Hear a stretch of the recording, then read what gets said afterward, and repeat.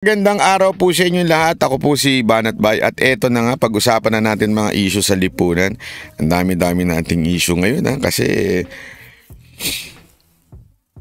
alam niyo kung bakit maraming issue? Hindi kayo nagtataka na wala namang ginagawang maganda tong administrasyon na to. Bakit ang daming issue? Di ba? Alam niyo kung bakit?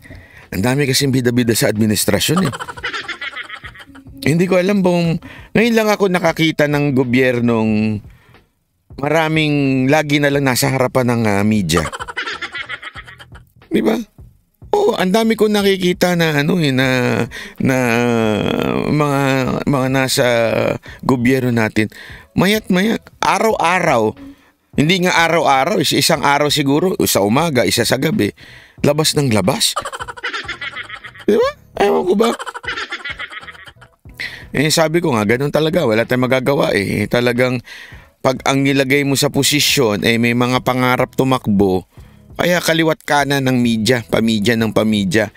Expect nyo na yan.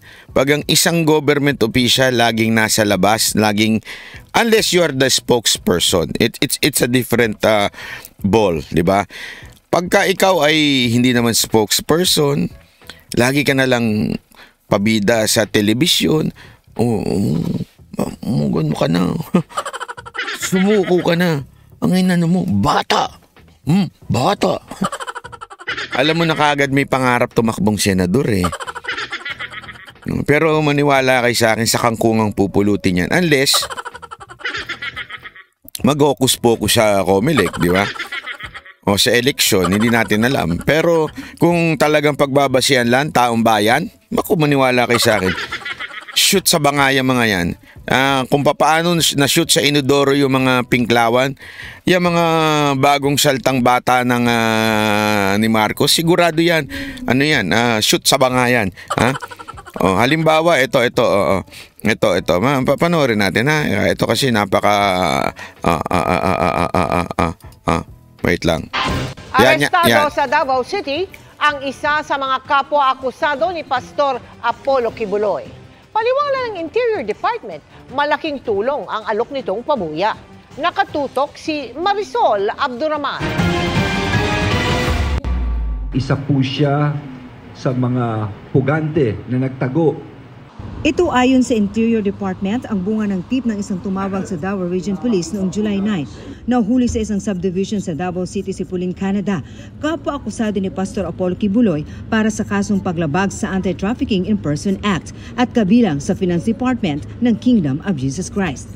Paniwala ng Interior Department, malaking tulong ang 1 milyong pisong pabuya sa pagkakahuli kay Canada. Nakita niya ang isang babae na kamuka ng nasa litrato ng wanted poster na nilabas ng PNP. Sabi ng direktor ng Davao Region Police, may 2 kilometro lang ang layo sa pinaghulihan kay Canada sa regional office. Nagtatago kasi maghirap pong hanapin ng tao talagang nagtatago. They know what to do, they know what to expect pagka nandiyan yung mga pulis. Bagamat hindi isinasantabi ng gobyerno na nasa ibang bansa na ang ibang wanted, mas naniniwala silang nasa Pilipinas lang sila. We are working on it round the clock. Lumiliit na ho. Ayan na. Alam mo, dapat talaga tanungin dito kay Abalos. Ewan ko kasi yung mga media takot din Dapat tanungin dito kay Abalos yung sir, ayon sa batas, hindi pa ho pugante ang tawag dyan. Hindi ho fugitive ang tawag dyan. Hindi pa naman po guilty. Bakit fugitive kayo ng fugitive? Sana may magtanong na ganun Ewan ko ba siguro hindi na rin pinapayagan yung SME na pumunta dyan sa press con nila. Kaya ganyan. Alam mo naman dito sa Pilipinas may silent martial law na ito mga ito At ito si Abalos ang nagpapatupad nito. Ang tanong din dyan sino ba si MC, di ba? Sino ba si MC na sabi di umano nagpapatakbo daw ng inyong opisina o di kaya ng kapulisan ako kasi sa totoo lang, di ba, marami nagsisisi dito kay Marbil. Oo, may kasalanan siya kasi sumusunod siya. Pero no choice naman kasi siya. Kasi siyempre ang naglagay sa kanya diyan, walang iba kung hindi si Abalos at saka si Marcos. Actually, malaking parte dyan, sigurado ako si Abalos. Kasi si Abalos ang nagre-rekomenda ng PNP chief at siya nag-uutos, nasa ilalim niya yan. So no choice ito si Marbil kung hindi sumunod na sumunod kahit yung ibang mga kapulisan. Kaya lang, sana lang PNP Chief Marbil, bago kayo sumunod sa utos, sana mag-research din kayo. Kasi hindi po pugante ang tawag sa taong hindi hindi pa ho nahatulan ng guilty. So hindi pa ho pugante. Pwedeng nagtatago, pero hindi po pugante ang tawag ho dyan. Sana ho sir, pag-aralan din ho ng inyong mga abogado. Kasi napapahiya ho kayo eh. Napapahiya ho kayo dito sa katabi ninyo. O, di ba kawawa naman ang kapulisan na dadama yung buong institusyon. Di ba dapat sir, PNP Chief, ang kapulisan ay hindi dapat pumapasok sa politika. Ibig sabihin hindi dapat kayo ang inyong boss ay taong bayan, hindi ang mga politiko na naandiyan katulad ni Abalos. Ang mga pinagtataguan ninyo, hindi kami titigil. Naks, talagang alam mo yung style mo talaga style mo talaga, Abalos, yung hindi kami titigil. Panguhuli sa'yo. Alam mo, medyo tigil-tigilan mo na yung kaartihan mo. Hindi ka nakakakuha hindi ka nakakakuha ng amor sa tao. Hindi, akala mo naniniwala sa'yo ang tao? Wala. Halatang acting eh. Tapos lumabas ka pa talaga sa TV ha. Lumabas ka pa talaga sa ano ba yung nilabasan niyang programa? Alam na nga ng tao na ikaw ay very alam mo yun, OA, tapos lumabas ka pa doon. Di mas lalo na talagang ma-obvious ng tao na pandrama ka lang. Yung Black Rider. Kala ko And we will use all resources of government to make sure that the ends of justice will be met. Tinan mo. Palpak na naman yung sinabi niya, no? We will use all the sources of the government. Tinan mo. I mean, eto ha. Akusado pa lang ho ito. Hindi ho ito guilty ha.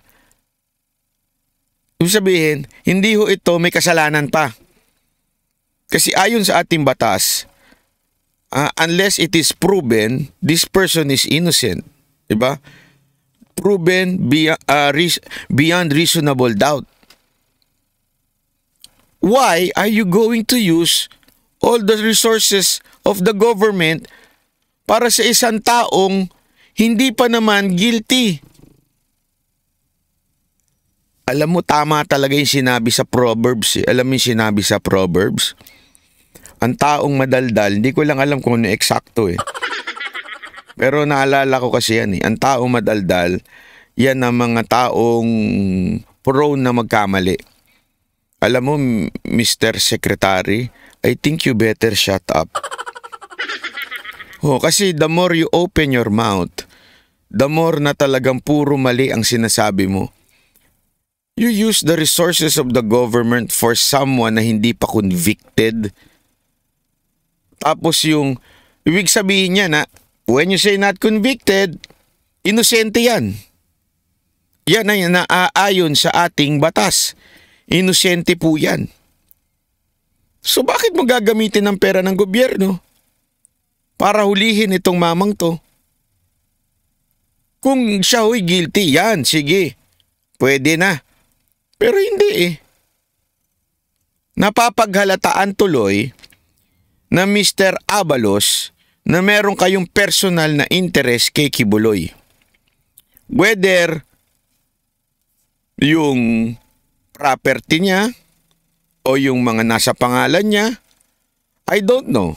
Kung ano yung personal interest ninyo o maybe personal vengeance o paghihigante, hindi ko ho alam. Pero gayunpaman, talagang meron kayong personal na galit dito kay Pastor Kibuloy. Kasi hindi naman po siya guilty. Halimbawa lamang po. Halimbawa lang, kayo po'y akusahan ng someone. Di ganito, inaakusahan. Babaero ka, halimbawa lang naman. Tapos, halimbawa lang, inakusahan ka ng ginahasa, something like that. O may ginahasa, halimbawa. Tapos nakakita ng probable cause, di ba? Kasi, halimbawa lang, sir, kunwari, yung babae na yun, may picture kayo. Halimbawa lang. Di ba? Tapos, biglang inakasahan ka. Kasi uso yan sa Amerika eh. Uso yan sa Amerika eh. Yung, lalo na yung mga NBA player, pag dumadalaw sa ibang mga lugar, di ba? Tapos, may mga nakakadate na babae. Tapos magpipicture sila kasama yung babae. Yung babae din nagsiselfie kasama yung basketball player. Tapos magpipicture sila na nasa kwarto. I mean, yung babae talagang pakangkang yun, di ba? Pero after nun, kakasuhan ka ngayon ng rape, di ba? Pagkaso sa'yo ng ganun, biglang syempre, mayroong mga probable cause. Dahil may picture kayo, nasa kwarto kayo, totoo, may ganyan. Tapos, pwede ka naman tawaging pugante ka kung nagtago ka. Pwede ka naman tawaging pugante kung you are trying to exhaust all legal remedies. Pugante ka na ba kagad ng ganon? Paano kung may gumanon sa'yo? Dati mong, kunwari lang, dati mong asawa, dati mong jowa, kunwari lang meron. O dati mong lang nakasama, halimbawa lang. May picture, nabigyan ng probable cause. Siyempre ngayon, hindi magagawa yan kasi ikaw ang nasa kapangyarihan. Tapos biglang tawagin ka na lang pugante rin kasi you are still trying to do your other legal remedies. So, ganun ba yun, sir? Ako lang nagtatanong lang kasi maling-mali po sir Gagamitin mo yung buong resources ng gobyerno, mag-aaksaya ka ng pera para lang sa ikakadakip ng taong akusado palaang. Diba? Akusado pa lang po Hindi na nagbigay ng pahayag si Canada na idediretso sa Pasig para sa return of the warrant. Sabi ni Abalos, by all means, kukunin nila si Kibuloy at iba pang wanted. Gayunman patuloy na umaapila ang kalihim na sumuko na ang mga ito. Para sa GMA Integrated News, Marisol Abduraman, nakatuto. Ayan ito. Sandali. Ito, ipapakita ko lang ito para lang ito. Tila sermon ang inabot ni Ben-Hur Abalos ng DILG mula sa kampo ni Pastor Apollo C. Kibuloy matapos nitong sabihin na pugante ang butihing pastor. Sabi ng Legal Counsel ng Kingdom of Jesus Christ, wala sa batas na maaring tawagin na pugante ang isang individual na hindi naman nahatulang guilty sa anumang kaso. Narito ang balita ni MJ Mondihar. Kulang pa ang sermon sa tinura ni Ben-Hur Abalos ng paratangan nitong pugante si Pastor Apollo C. Kibuloy ng The Kingdom of Jesus Christ. Tinuring ang abogado pero nakapagtatakang hindi niya alam ang batas. Ayon sa kampo ng KOJC, hindi maituturing na pugante ang butihing pastor at ang 5 iba pa dahil hindi pa naman napapatunayan sa korte na may sala o guilty sila sa mga kasong kinakaharap. Yung fugitive from justice, legally under our present dispensation, he is not. Rodriguez versus Comelec, which was decided on July 24, 1996, will explain that he cannot be considered as a fugitive from justice because he has not yet been convicted, and he is still facing a case, and there is still a question as to the charge aspect. We are still questioning his indictment. So if you follow Rodriguez versus Comelec, he is not a fugitive from justice. Dagdag pa ng KOJC Legal Counsel na si Attorney Torion kung pagbabatayan rin ang desisyon ng Korte Suprema sa Labao versus Comelec case ay hindi rin masasabing pugante ang butihing pastor. If you follow Labao versus Comelec, which was decided on July 19 of 2016, you cannot also consider him as a fugitive from justice simply because of the fact that there must be evidence that he is evading the operations of the law. So, absent evidence that he is really evading the operations of the law, then you could not, conclude that he is, he is a fugitive from justice. Giit pa ni Torion, wala ring katibayan na lumabas na ng bansa ang butihing pastor kung kaya't hindi pa ito dapat tawaging pugante. Kasunod niyan, sinabi rin ni Attorney Adam Jambangan, isa rin sa mga legal counsel ng KOJC, na kung pagbabatayan ng kahulugan ng pugante sa ilalim ng Republic Act 11983 o ang New Philippine Passport Act na bago lang na isabatas, ay hindi talaga masasabing pugante ang butihing pastor at iba pang mga kasama nito. That law, particularly Section 3, Paragraph J, defined the technical definition of what a fugitive from justice is. Basa. It has been defined by that provision that a fugitive from justice refers to those who flee under the following circumstance. The only circumstance that it cited is after conviction by a Philippine court to avoid prosecution. In the case at bar, there was no conviction yet. In fact, he was not yet arraigned. He was not yet been subjected. He was the jurisdiction over the person of Pastor Kibuloy has not been acquired yet. Alam nyo ba yung actually recently ko lang din nalaman yan yung warrant na yan, yung sinasabi. Kasi 'di ba nagkaroon ako ng kaso about libel kay Trillanes. Pinaliwanag sa akin nila Attorney Roque pati ni Attorney Topacio kung what is the warrant for, ibig bang sabihin nun guilty na o pagka iba yung subpoena, pinatawag lang para ibig sabihin kasi sa atin ang dating ng subpoena, nakalagot ka, may subpoena ka na. Mga ignorante, di ba? Ganon. Kasi ganon yung mga tanga eh. Nag-comment pa sa akin, ignoranyo ka, meron kang ano. Ibig sabihin lang noon, pinagpapaliwanag ka kasi meron nagdemanda sa'yo. Di ba? O magpaliwanag ka. So ikaw naman, nagpaliwanag ka. Tapos, paglalabas lang ng warrant, ibig sabihin nun, hindi ibig sabihin, hinuhuli ka na nila. Okay? That warrant, kukunin ka, sasama ka sa korte ngayon, di ba? Sasabihin ng korte sa'yo, you are now under our jurisdiction. Ibig sabihin, okay, simula na. Magsisimula na tayo ng kaso at eto na, ikaw ay kasama ka na. Ibig sabihin, you now have to follow the court. Yun lang ang ibig sabihin ng warrant na yon. Kaya nga pwede ka mag-bail kung bailable yung iyong kaso. So ganun yun, hindi ka makukulong, parang ganun. Kasi kaya nga eto, meron nga sabi, tinanong ko yun, di ba ginagawa yan, yung ginagawa ng mga pulis, mga loko-lokong pulis, lalong-lalo na gusto nilang pagtripan yung tao, isi-serve nila yung warrant ng Friday night or afternoon, kasi Saturday, Sunday, wala nang piskal na pwedeng mag-release sa'yo o tumanggap ng bail mo. Hindi din. Nagkaroon na rin po ng solusyon yan. Okay? According sa sa ating abogado, meron na tayong tinatawag na parang over the weekend na piskal na nagtatrabaho. Ibig sabihin, pwede kang mag-bail doon. Kasi nga, the warrant is not supposed to be ikulong ka. Ipasok ka lang sa jurisdiction ng court. Yun ang paliwanag sa akin. So, ibig sabihin, eto pong kay Pastor Kibuloy, sinasabi lang ngayon, kaya nga sinabi nung huling abogado, nakalimutan ko yung pangalan hindi pa siya nasa jurisdiction ng court, kinukuha pa, hinahanap pa lang siya para kunin siya at ipasok sa jurisdiction ng court.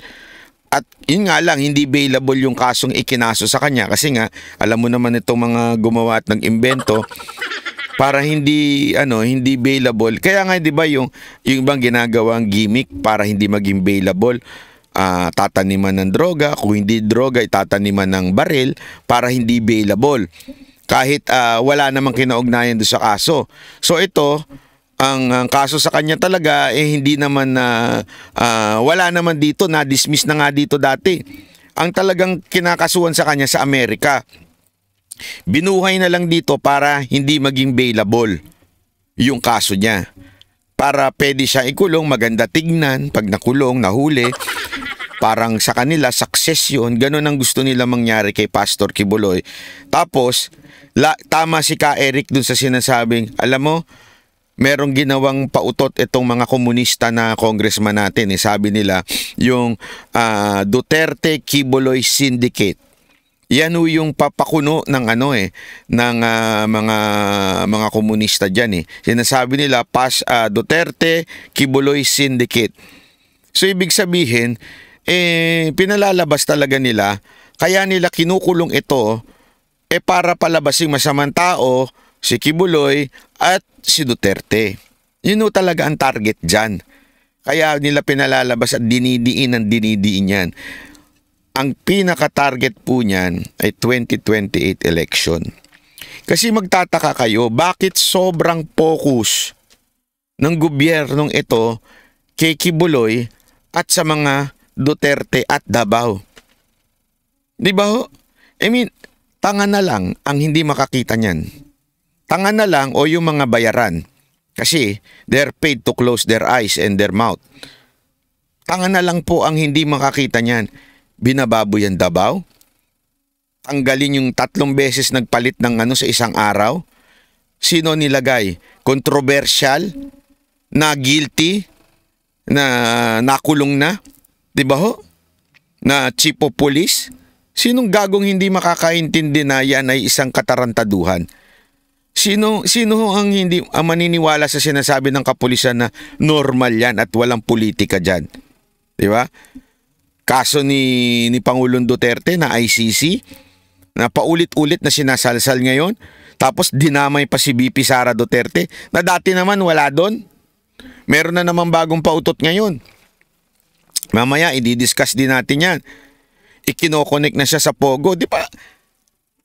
Sinabi ko pa na simula yan, yung Pogo na yan, yung pagdidikdik sa Pogo na yan, it's all about Duterte.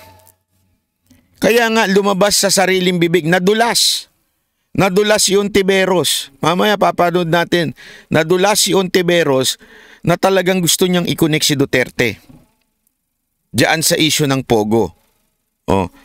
Pangatlo, si Pastor Kibuloy na alam naman natin talagang kilala yan sa Davao.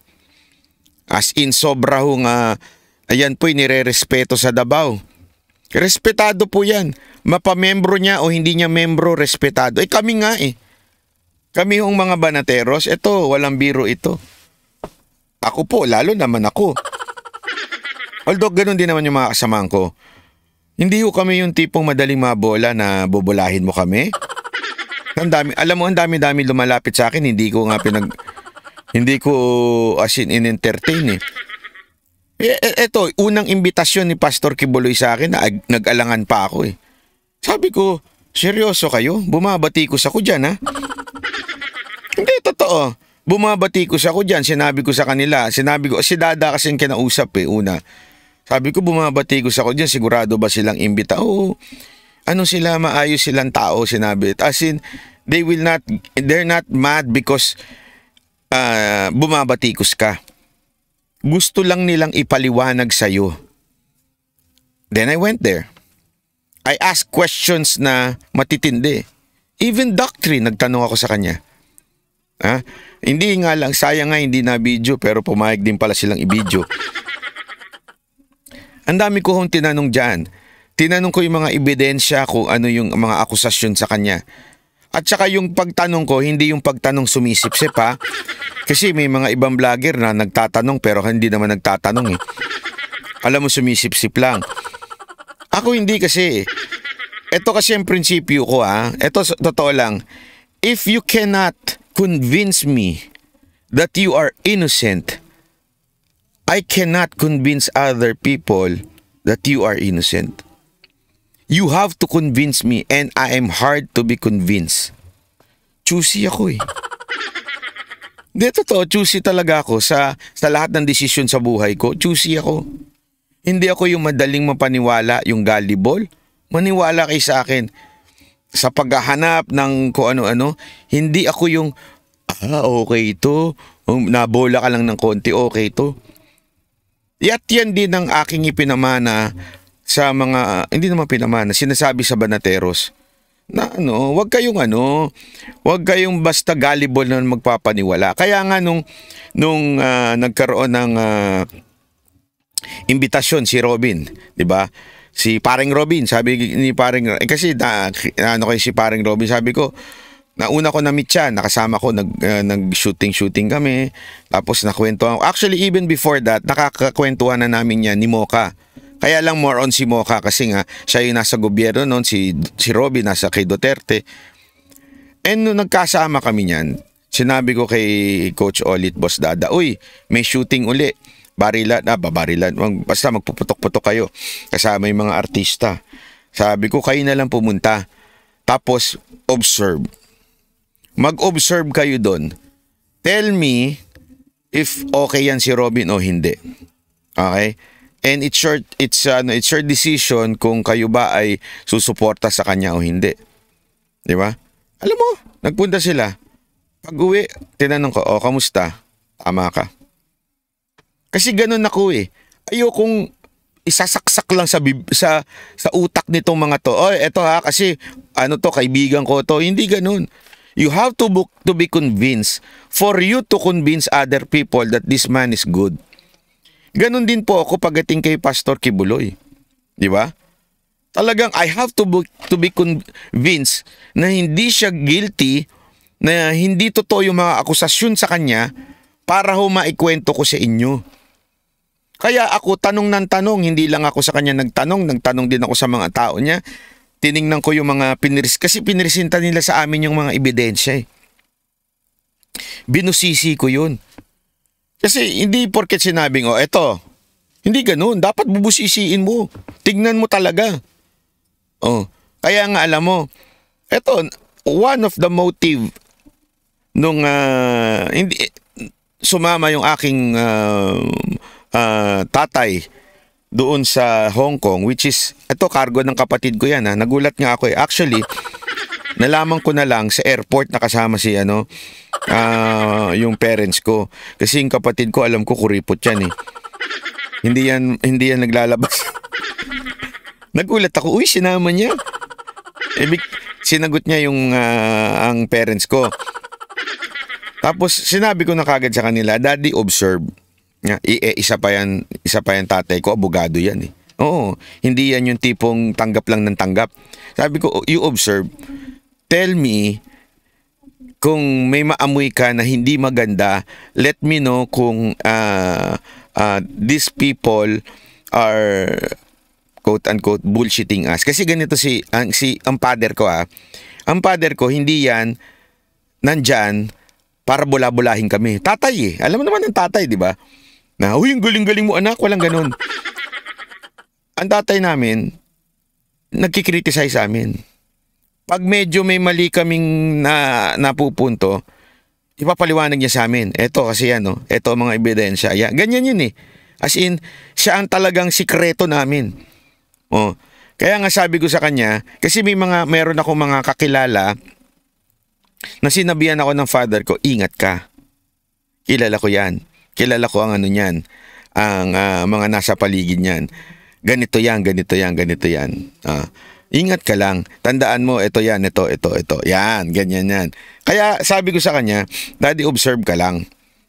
Observe mo. Let me know kung meron ka makita, kausapin mo yung mga tao dito, kausapin mo yung mga taga kay OJC, and let me know if there is something fishy. At alam nyo,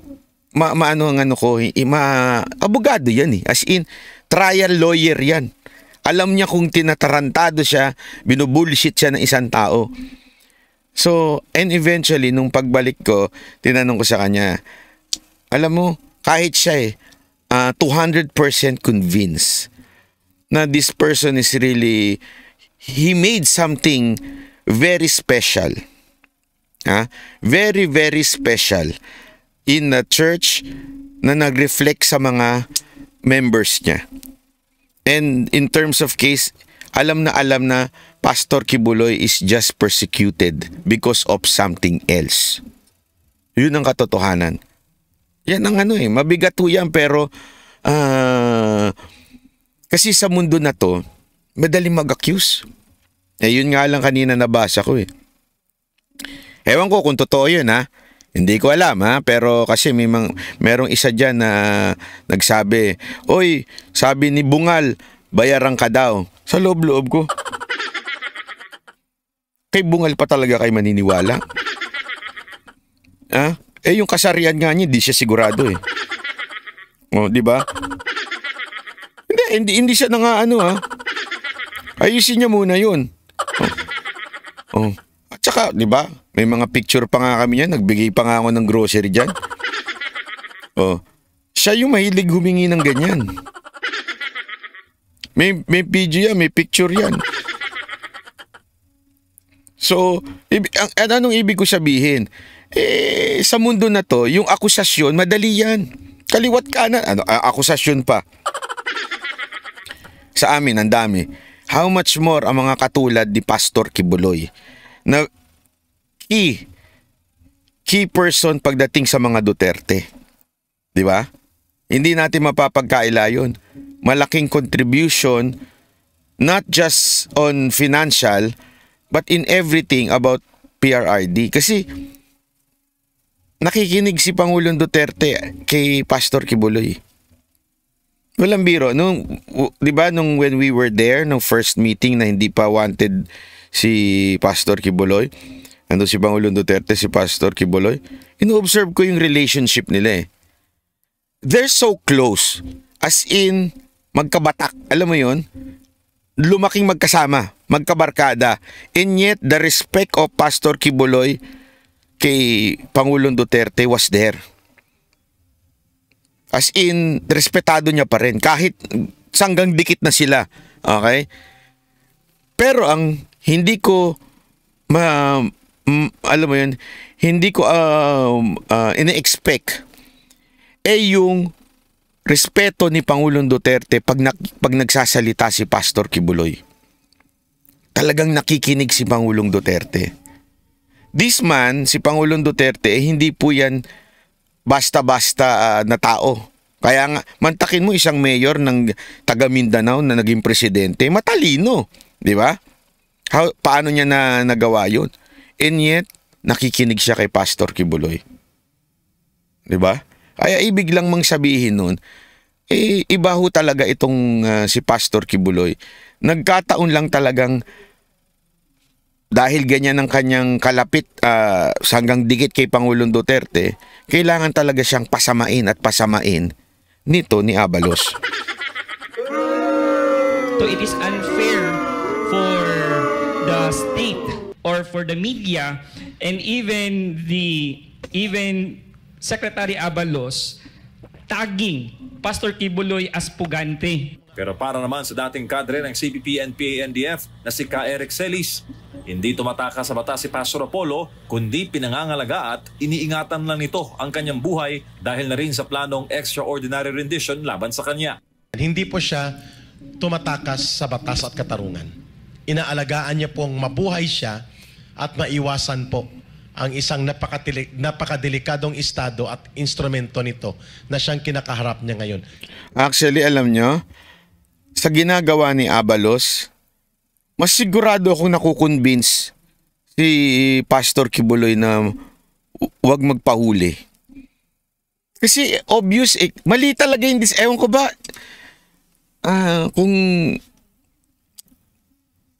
kung saang utak ni Abalos, hindi ko talaga alam kung bakit ganyan siya mag-isip. The more mo na talagang pinag-iinitan yung mama, the more na magtatago yan. Kasi mantakin mo, gagamitin mo buong resources ng pamahalaan just to bring him down para mahuli mo siya. Ibig sabihin, mainit talaga ang dugo mo. Lalo magtatago yung mama. Wala kang hindi ko alam bakit wala kang amor factor. Wala kang skill sa negotiation. 'Di ba? I mean, if you want, 'di ba sapat sasabihin mo, lumabas ka na, this is just a warrant. Anyway, you have a bunch of good lawyers. Warrant lang naman to, inosente ka naman, and we will make sure that you will be protected. Dapat ganun hindi ano kami sa'yo? Gagawin ko lahat para mahuli ka. Hindi pwede. Talagang ka. Siyempre, ikaw, pambihirang buhay ito. Anong gagawin mo? Mainit ang dugo sa akin ito lalo kang hindi lalabas. Tama, mali. Wala talaga sa hulog na si Abalos eh. Abalos, tigil-tigilan mo na yung ako ano man ng vitamins mo ha.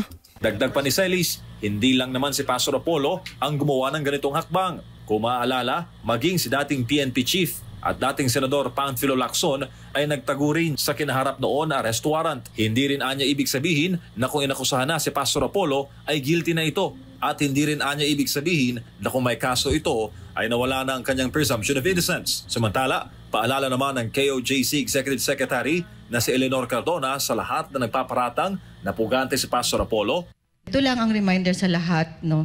Please do not tread on dangerous ground when you touch pastors being a pastor of the flock of the kingdom of Jesus Christ. As is said in Psalms 105:15, touch not my anointed and do my prophets no harm. So this is a warning to those who are accusing pastor kung maka-prosecute kayo. Ito yung sinasabi ni Madam, tama naman, okay? Pero it goes to every child of God. For every child of God, children of God, sorry, hindi pala, tama, child of God kasi every child di ba? Tama, sige na, tama na yun. As long as we understand each other. Sa bawat anak po ng Panginoon, pag ginawan mo ng masama ay talaga naman ang Panginoon ang magbabalik nito. Kaya nga 'di ba sinabi ng Panginoon is vengeance, give space sa vengeance ng Lord. Huwag kang magbalik. Ibig sabihin huwag kang gumanti. Hayaan mo ang Panginoon ang bumalik. So hindi lang po yan kay Pastor Kibuloy. Sa mga inaapi ho ng pinapersecute dahil sa wala namang ginawang mali, tama naman, nagkataon lang may mga nainggit, yan po ay babalik ho sa inyo yan. Kaya alam mo, Abalos, matuto ka. Hindi, matuto ka sa kasamahan mo. Ako ayoko nang banggitin kasi siyempre naawa na ako dun sa isang kasamahan niya. Alam mo, ang may sakit man malapit sa puso ko yan ha. Hindi ako makikijoin sa mga vlogger na nilalait yung ni nung isang sekretary. Kasi malapit po sa akin ang may mga sakit na yung unti-unting alam mo na, unti-unting kinukuha ni Lord. Kasi nakikita ko ang mother ko sa ganyan. Nakita ko yung ganong klaseng pagbagsak ng katawan ng nanay ko. So, nararamdaman ko yun. So, hindi ako makikisali. And yet, ang sinasabi ko lang, sabi nga, ang ganda nung sinabi ni Madam Doktora Lorraine Badoy, si Doc Lorraine Badoy, sabi niya, what does a man, basta, yun. English na lang yun, kayo na bala mag-English. Ha? Sabi, ano ang saysay na ma-earn mo ang lahat dito sa mundo na ito, but nawala naman ang iyong kaluluwa. Di ba? Yun eh. Tama yung perfect yung sinabi. Kasi nga, marami sa atin, nalunod na sa kapangyarihan sa meron tayo sa mundo na ito. Nalunod na po tayo sa kapangyarihan na tayo ay magaling. Tayo ay may kapangyarihan, tayo ay nasa otoridad, 'di ba? Nalunod na tayo na may pera tayo. Nalunod na tayo na we can control things, 'di ba ho? Pero ang tanong ho dito ay kamusta ang kaluluwa mo? 'Di ba? Remember, kung ano yung ginagawa mo sa kapwa mo, ay ginagawa mo rin yun sa Panginoon, lalo na ho yung mga anak ng Diyos, which is all of us. 'Di ba? Na nanampalataya sa Kanya. Ito si Pastor Kibuloy, I mean, I cannot judge whether his doctrine is true or not. Only the Lord knows. I cannot judge what kind of relationship he have with the Lord. Sila ho nag-uusap. Ang point dito ay, sana lang, isipin nyo naman yung kabastusan na ginagawa ninyo.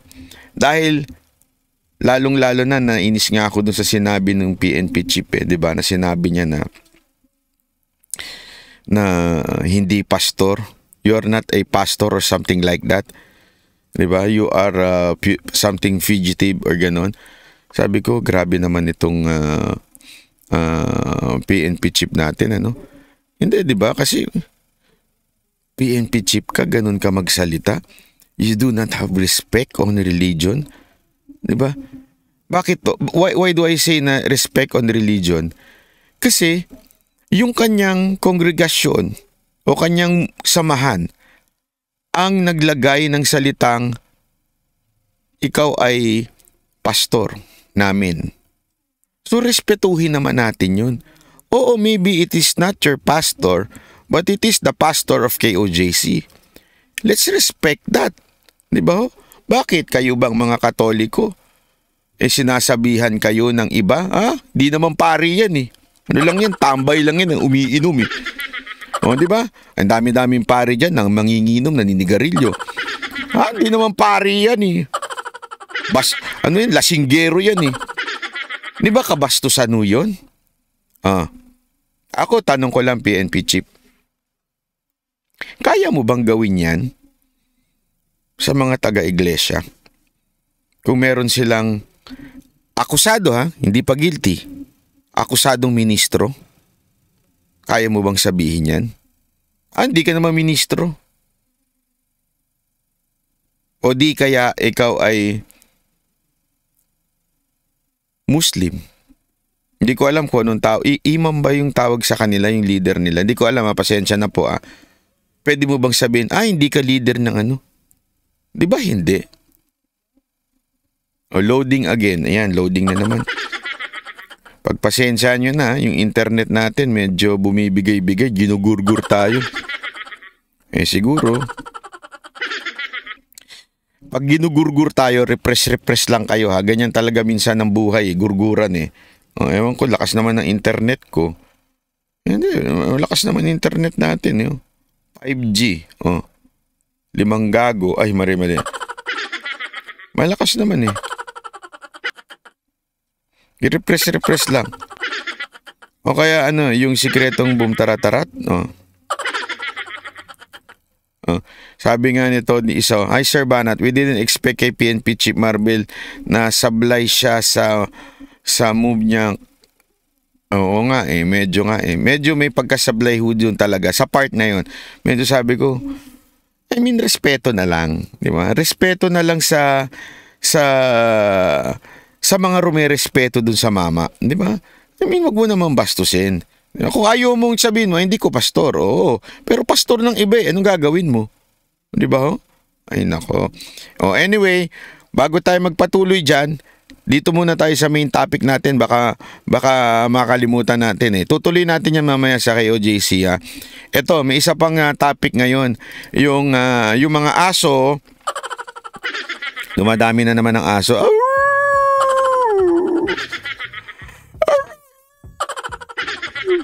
Dumadami na naman kasi yung aso Naglabasan ng aso ni Tambi. Galit na galit. Talagang galit na galit dito kay BP Sara Duterte sa joke ni BP Sara Duterte. Talaga naman. Antay kayo pag naging presidente yan. Tandaan ninyo yung mga pangalan na yan. Eto. Rosalie, may partikular na ba panawagan ang mga kongresista kay VP Duterte kaugnay ng sa pag-appoint niya sa kanyang sarili bilang designated survivor? Ella, bilang isang leader, dapat maging maingat sa pagsasalita si Vice President Sara Duterte.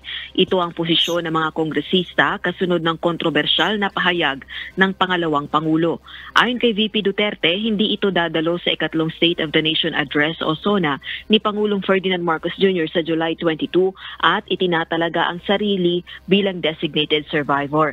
Batay kay House Assistant Majority Leader Lanao del Sur 1st District Representative Sia Alonto Adjong, hindi nakakatuwa ang mga biro tungkol sa national security at succession. Bilang isang leader, dapat magbigay halimbawa at maging responsable anya si VP Duterte at wag Paano mo nalaman biro?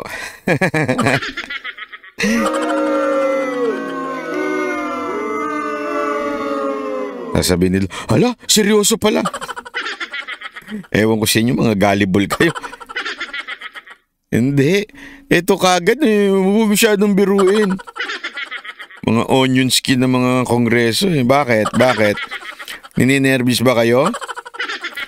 Hindi, nininervous ba kayo? Kasi ganyan yan eh. Pagka nininervous kayo, pag may nagsalita, kasi kung confident naman kayo, bakit kayo ninervousin? Oh. Ba't kayo nagre-react? Oh, bakit? Mawawala ba ang sustento? Mawawala ba ang biyaya ni Tambi? Baka naman inutusan lang kayo ni Tambi na magsalita. Hindi kasi si Tambi, ang dating niyan, siya mabait. Diba? Lagi niya sinasabi na, I wish her luck. Mga ganyan eh.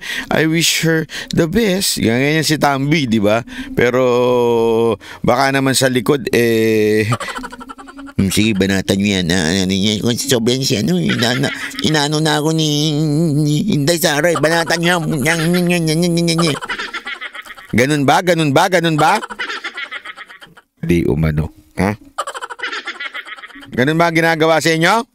Kaya ako na nagpuputak dyan para kay mga aso? Mikha ng panik.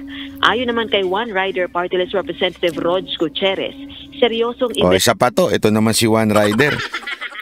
Alam mo, magkakaiba sila. Ito ako I respect. Honestly, naging idol ko na si Ito, walang biro ito. Dati may mga part na binabatikos ako kay Colonel Busita. But this time, napanood ko yung mga video niya. As in, pinapanood ko. Lagi. The way na kausapin niya, although minsan nakukulangan ako, hindi siya ganun kasing hard katulad ni Tulpo. Si Tulpo naman, sobrang hard. Di ba? Pag pinagsama mo sila, mas medyo maganda usapan. Pero medyo mabait kasi si pagka sumita si Colonel Busita ng Congressman Busita ng mga nagkakamali dito sa LTO, ganyan. Medyo mabait pa siya, 'di ba? Kung si Tulpo 'yon, na-contempt na sila kahit wala sila sa Senate. Mabait si Colonel Busita si Congressman Busita. Pero gusto ko yung ginagawa niya. Sobrang nakakatuwa dahil talagang pinaglalaban niya yung mga riders. Although, sabi ko nga, sana lang you are also fighting kasi mahirap yun ang problema yung pagiging congressman hindi ka magiging effective diyan if you're not good in convincing your kapwa congressmen, di ba? Bakit kanyo? Kasi para maggawa ka ng batas, kailangan mo talaga ng matindi diyan. Tapos kailangan mo pang sip-sip ka diyan kay speaker para maano yung batas mo. Ganun katindi diyan ang labanan sa Congress Although, pagdating sa advokasya niya, nagagawa naman niya talaga. Sobrang nadami niya natutulungan, nakakatuwa kasi maraming batas na nalilinaw because sa kaalaman niya. Malakas ang loob niya, dati siyang HPG. Diba? So, nakakatuwa. Sobrang gusto kong palakpakan talaga. Kung makita ko yan, talagang sasabihin ko, pasensya ka na ako, nabatikos kita dati. Pero sobrang nakakatuwa ang ginagawa mong pagpapatuloy ng advokasya na ipinagtatanggol mo mga riders. Natutuwa pa ako, titigil yan sa mga checkpoint. Di ba? Pagtigil niya sa checkpoint, talagang sisitahin niya yung mga pulis. Bakit puro motor lang? Yun ang sabi ko. Hindi kasi kay Rapi Tulpo, sa Senado lang niya sinasabi yun. Di ba? Sa Senado, talaga sinisita niya mga pulis. Mirna de la Rosario, salamat po. At saka si IX, salamat din po. Happy birthday to me. Uy! Happy birthday! Malapit na din birthday ko. Hindi totoo, di ba? Kaya lang sa Senate, hanggang doon lang yun although maganda yung nagagawa ni Senator Rapi doon, okay? Nasisita niya. Pero mas maganda sa tingin ko yung nagagawa ni Colonel Busita na talagang pumupunta siya sa ground. Talagang sinisita niya pag may nakita siyang checkpoint na hindi chine-checkpoint yung mga kotse. Nakakatuwa syempre, napapahiya tuloy. Hindi man napapahiya, pero napapagsabihan yung mga pulis. Kung ikaw nga naman pulis, napanood mo yun, baka mamaya matimingan ako ni Colonel Busita. ay ni Congressman Busita, di ba? Napakagaling. Palakpakan natin. Kaya lang. Ayun, ang kaya lang. Kaya lang, sir, itong kaparty list ninyo, baka malamang hindi ito, hindi naman talaga ito may advokasya sa, hindi kasi uso yan uso to. Yung hindi naman talaga may advokasya ka, tapos nagkataon lang ikaw ang financier, tapos magpapatakbo ka ng isang sikat, tapos sige ako nang bahala, second nominee ako nang bahala sa gastos, ikaw ang first nominee, ikampanya mo to. Kasi sigurado sila na pag tumakbo si Busita, dama yung second and third. Alam ko 3 seats sila Ang mataas is AXIS. Di ba naalala nyo AXIS, si Tulfo yung yung mga asawa ni Tulfo. Ang number 1 doon si Eric Yap yung ding financier na ngayon wala na. Okay? Ganun lagi ang siste sa party list May financier. Yung financier no may-ari ng party list, kukuha sila ng sikat, ilalagay. Okay? Pero hindi naman lahat ganun. Kasi yung mga party list, wala naman kaming financier Ako lang. Si Banat ba'y financier? Hayop. Hindi, wala talagang financier yun. Labas ko lang talaga yung pera doon. Kung sa amin lang yun. Which is ako part din talaga nun. Okay? Pero ito, may mga ganun sila Hindi ko alam kung itong mamang to, itong nagsasalita na to, na kumukontra kay Inday Sara Duterte, hindi ko alam kung financier ito at kasi alam mo na pag financier ka, 'di ba? La Jingsky, maraming salamat. Pag financier ka, nangampanya ka, malaki gastos mo diyan. Kailangan malaki din ang balik niyan. Para malaki ang balik, kailangan, dikit ka kay Tamba. Tama, mali. Tama, mali. Congressman, di ba? Kasi magastos ang ang kampanya. Alam nyo ba, alam nyo ba kung bakit gusto nila magkaroon ng pagbabago ng konstitusyon? Because they want to extend yung mga congressman into 6 years. Kasi nagagastusan sila sobra. Every 3 years kailangan magpalit. Kaya gusto nila extend para katulad daw ng Senado. Ng Senado, di ba 6 years? Mas nakakatipid. Oo nga naman, lalamang kayo Senado.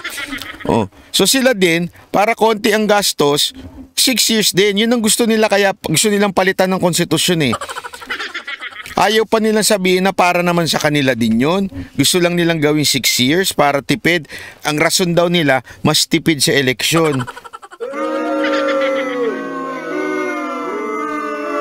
Kalokohan po yun. Pero, medyo may sama din naman yung 3 years. Kasi in 3 years, kailangan ka mag-ipon. Dahil sa kailangan mo mag-ipon, sino ba may hawak ng budget ng Kamara? Si Speaker. Si Speaker ang may hawak ng Kamara. So ngayon, kailangan ka sumipsip. Halimbawa, nang ginagawa nito mga congressman ngayon, na galit kay BP Sara Duterte, dahil nga, sumisip-sip sila kay Tamba.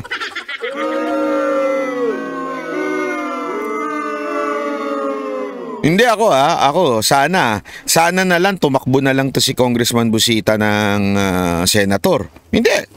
Ako personally mas gugustuhin ko pa yun. Hindi ko kilala si Colonel Busita, hindi ko kilala. Okay? Sa katunayan, 'di ba na may mga nagalit pa siyang follower sa akin. Pero ako mas gugustuhin ko pa siyang tumakbong senador. Mas karapat dapat pa siyang maging senador. Kesa sa bit-bit niya pa yung party list niya. Na yung iba naman wala namang advokasya sa pagmumotor o sa mga riders, 'di ba? Bit-bitin na lang niya, mag-senador na lang siya. I hope someday Colonel Busita would consider. Ako kasi alam mo Colonel Busita, si Tulfo nga nagawa yun Si Rapi Tulfo, 'di ba? Pinagtatanggol niya yung mga ikaw naman talaga Congressman Busita. Ako you deserve it. Bakit? Talagang lumalaban ka sa riders eh. Minsan, may mga siguro kailangan lang tweak. Kasi may mga katulad nung nangyari sa labanan ninyo ni Briha.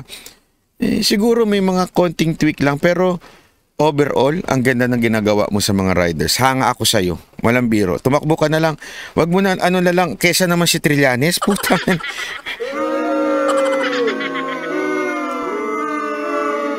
Hindi kesa naman si Trillanes ang magsenador. Ang dapat kay Trillanes talaga, ano na lang barangay tanod, ganun. Diba? Si Trillanes po, di ko nga alam, ang lakas pa ng loob tumakbo sa Caloocan. Ewan ko talaga kung anong vitamina nun eh. Vitamina ba ni Trillanes anesthesia? Ang kapal ng mukha di ba? Di ba? Hindi, tanod o kaya sergeant at arms sa elementary, ganun. Anyway, yung utak naman niya pang elementarya. Pag napipikon, umiiyak, nagagalit. Pag binabanatan, di ba? Parang elementary, pag binabanatan, magsusumbong. Yun nga lang sa korte. Di ba? Colonel Busita, mas maganda pang ikaw na lang ang tumakbong senador kaysa naman kay Trillanes. O di kaya, kung ayaw mo pa, at least district congressman. At least hindi mo nabitbit tong mga kasamahan mo. Baka masira ka dito sa mga kasamahan mo eh. Kasi itong mga kasamahan mo, sir, obvious that they're pleasing the speaker. You do not have to. Sana na you're listening Ipapadala ko sa itong video ko. Sana. Sino to? Salamat uli Maraming salamat sa lahat. Di ko mabasa yung pangalan mo. Hicks. Alex ba yan? Hindi, sana talaga tumakbo ka na lang senador or district congressman. At least hindi mo nabitbit yung mga kasamahan mo. And you do not need to to kiss ass si Tambi. You have a name for yourself. Meron kang pangalan. At sinusuportahan ka ng mga riders. Ako nga, na-convince mo Although I'm also a little bit of a rider. Every Sunday, I'm a rider. Pag may mga time nagre-ride ako, ganun. Pero more than anything else, ako kasi bilang rider although sabi ko nga hindi naman ako yung nagtatrabaho na nagra-ride. Nahihirapan na nga ako Kaya nga hindi ako lumalabas ng maaga yung tanghali kasi nasubukan ko lumabas ng tanghali. I cannot imagine kung paano nakakapag-ride yung mga Grab rider, mga angkas. Hindi ko ma-imagine kung paano nila natatrabaho yun. But nagagawa nila yun dahil pinaglalaban nila yung pamilya nila. At minsan tinatarantado pa sila ng mga pulis. And walang pumapalag sa kanila. Tama kayo Parahin ka ba naman ng pulis, papalag ka ba? Matatakot talaga kung sabihin sa yung kunin yung lisensya mo, may magagawa ka ba? Pulis yan. Pero because sa pagtatanggol mo, maraming na-educate. So I really hope someday you would consider what I'm saying. Iwanan mo na yung mga kasama mo. Masisira ka dyan Sorry pero that's the truth. Ang SONA at kung taken out of context ang pahayag ng Vice President ay makapagpapalala ito ng mga espekulasyon at mawawalang kabuluhan ang kahalagahan ng SONA. Giit naman ni Ako Bicol Party List Representative Jill Bongalon, House Assistant Majority Leader, ang dapat pagtuunan ng pansin ng mga leader ng pamahalaan ay kung papaano maisusulong ang pag-unlad ng Pilipinas, hindi ang theatrics. Sa Estados Unidos, tumutukoy ang designated survivor sa isang individual na nasa presidential line of succession. Hinihiwalay ito sa malaking events kung nasaan ang Pangulo para matiyak na may hahalili sa posisyon sakaling may masamang mangyari sa presidente. Pero dito sa ating bansa, sinusunod natin yung nakalagay sa saligang batas kung saan ang pangalawang Pangulo ang first in line na hahalili sa presidente kung hindi na nito magagampanan yung kanyang tungkulin. Balik sa iyo, Ella. Maraming salamat, Rosalie Coz. Ayan Ayan, sabi ni Boss Dada, epal. Hindi, di ba yung mga nagagalit dito? Hindi, ako sa tingin ko, Boss Dada, hindi naman sa epal sila. Malamang napag-utusan lang, kayo nang bumira dyan. Kasi siyempre, di ba si Tambi, ang kanyang imaheng pinapakita, good boy siya. Yung pinapakita niyang imahe na, oh, good luck na lang kay VP Sara Duterte, ganyan-ganyan. Ismail. Kasi alam mo, si Tambi, feeling ko, idol niya si Jollibee. Kasi bida-bida siya, di ba? Tapos pareho sila ng size. Si Jollibee, hindi mo makikita nakasamangot. So, nakangiti lang siya, di ba? O ganyan din si Tambi. Ganyan lang, oh. Kaya, di umano, baka lang napag-utusan. Ha? Di ba? Di umano, baka napag-utusan yung mga congressmen na yan na, kayo na lang bumira, kayo na lang bumanat kay VP Sara Duterte kasi good boy ako eh. Hindi naman bagay sa akin maging bad boy, laki-laki ko na nga, bad boy pa ako. Di asagwan tignan nun, di ba? Oo, kaya yan, feeling ko napag-utusan eh. Di umano ha, linawin natin, di umano, ha? Di ba? Anyway, sa totoo lang, sa tingin ko, kayo ngayon ay pinagtatawanan ni VP Sara Duterte. Gago! Malamang sa malamang, pinagtatawanan kasi kayo kasi masyado kayong alam mo yun, yung pareho sila ng tatay niya. Yung tatay niya, pag pumitik dati nung na presidente si Pangulong Duterte, pag medyo naiinis na siya, magpapatawa siya, mga asar palalo. Ngayon, yung kanyang anak, ganun din. Sabi siguro, kulit nyo sa SONA. Okay, sige. Hindi ako a-attend. I am pointing myself as designated survivor. Inasar pa di ba? Ang kulit nyo hindi nga ako a-attend di ba sabi ng tatay niya, yan si Inday. Pag yan na-interview at lalo na yung tanong sa kanya, pabalang. Pag jamming kayo ni Inday. Siguro may nagtanong sa kanya, attend po ba kayo ng SONA? Di ba ang tagal ng hininga niya? Hindi. I'm appointing myself. Di ba? So, napagtripan na naman kayo. Tapos itong mga congressmen na to, parang asong. Hindi, para kayong mga bata. Alam mo yung mga batang pinitik yung tenga. Tapos, pinitik yung tenga ko. Di ba? Gago! Di ba? Parang, sinaktan ako. You should be suspended. Kicked out from this school. Pagdating sa principal, ano ginawa sa'yo? Ma'am, pinitik yung tenga ko. Di ba? Ganun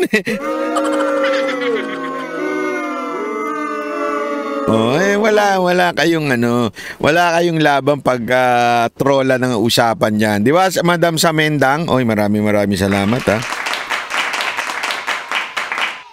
alam mo, napapansin ko lang yung mga nagpapakulay, same din na nagpapakulay kay Jay Guevara tsaka kay kay Boss Dada, no? Hindi ba naubos ang pera ninyo?